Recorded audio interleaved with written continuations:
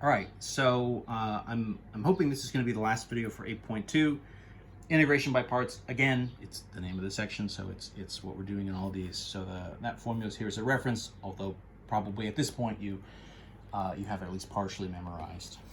The integral here is e to the x times sine of 2x dx. And probably right away your spider sense is starting to go off because both e to the x and sine functions, right? The 2x on here on the inside is just an ax. We can deal with that. That's not necessarily an issue. But the general functions, e to the x and any kind of sine function, both of those are things that we said would make good dv values, and they would not necessarily make good u's. And yet in this case, right, we need to sort of pick one of these to be a du and one of them to be a dv. I'm sorry, one of them to be a u and one of them to be a dv. Sorry, I was just looking and I realized I wrote the formula wrong.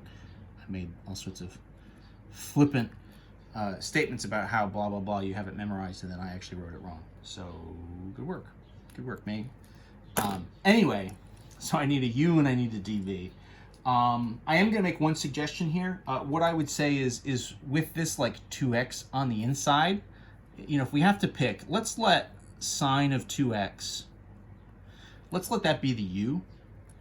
That way when we're dealing with the 2x, we're really just dealing with it from a derivative perspective rather than an antiderivative perspective. I think that'll be a little bit easier conceptually, because then it's just a chain rule rather than having to do it as this kind of implied u substitution where we get this 1/2. So the derivative here, right, du dx, blah, blah, blah. So the derivative of the sine would be cosine, right, of 2x times the derivative of 2x, which is 2. So that means for us here, my du would be, let's call this 2 in front, 2 times cosine of 2x dx. So that's du, that's my u, right? We're just going to kind of go with this. The other thing that I like about this is then that means e to the x dx is my dv. And e is a great thing here, because the antiderivative of e to the x, right, is its own antiderivative, right? So then v is just going to be e to the x. So there's my dv, there's my du. So let's start to plug this in and let's see what we get. So right, so this should be uv minus, right, integral v du. So my u is sine of 2x. My v value here is times e to the x. So minus the integral of, right, v du. So then here comes e to the x again. And then my du to cosine of 2x dx. Okay, so this is kind of looking like it's going to be something similar to what happened in the last one, right? Where we've kind of done this once, and what's happened here is we sort of ended up with another integral that still needs to have integration by parts like done again, right? We're going to have to do a whole second round of this.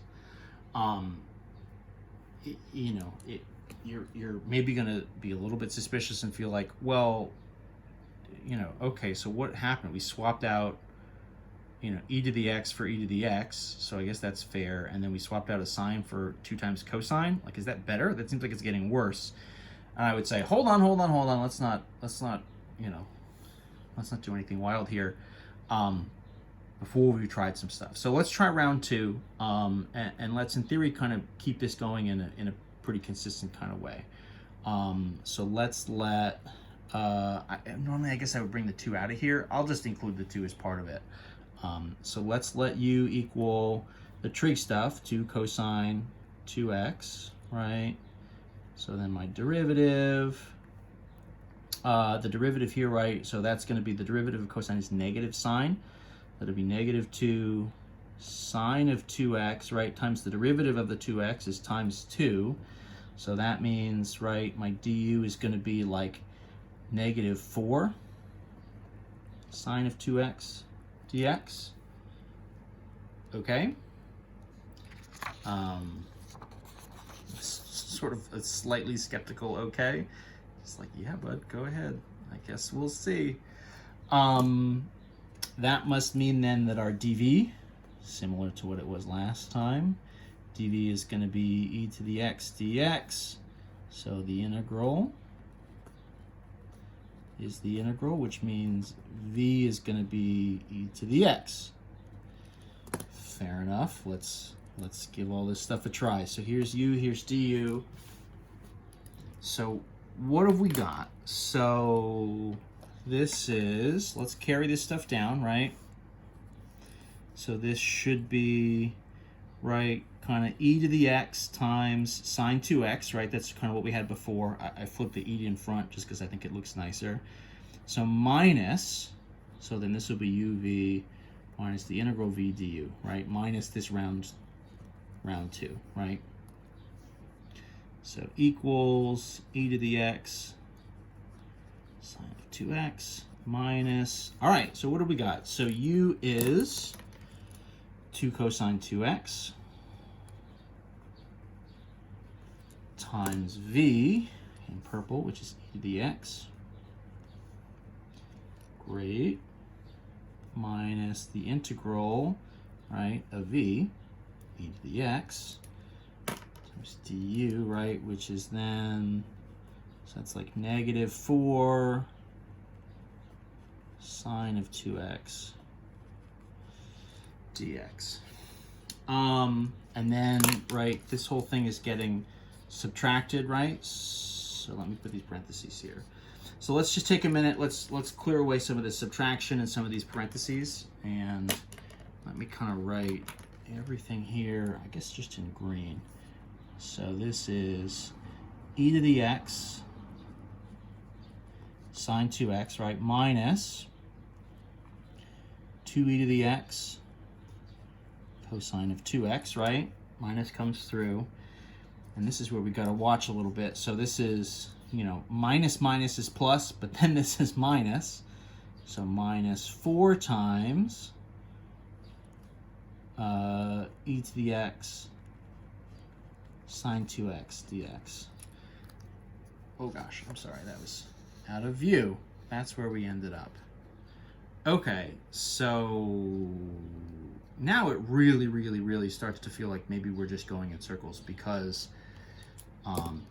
literally this integral, right, e to the x sine of 2x, is literally what we started with, right? That was the beginning, right? The integral here that we ended up with is literally the exact integral that we started with. So we've just gone in a circle, at which point you might say, I guess this is not working, we need to redo it. You know, why did you spend 8.5 minutes taking us down a rabbit hole that didn't get us anywhere? And here's where we get to be extra clever. That was 3 extras, I think. So let's rewrite this, right? So the original integral, right, what we originally solved for, e to the x sine of 2x dx, right, is equal to all this stuff that we just have, right? These get so long, I have to write just a little smaller to try to fit everything in. Minus 2 e to the x cosine 2x, right, minus 4 times that same integral.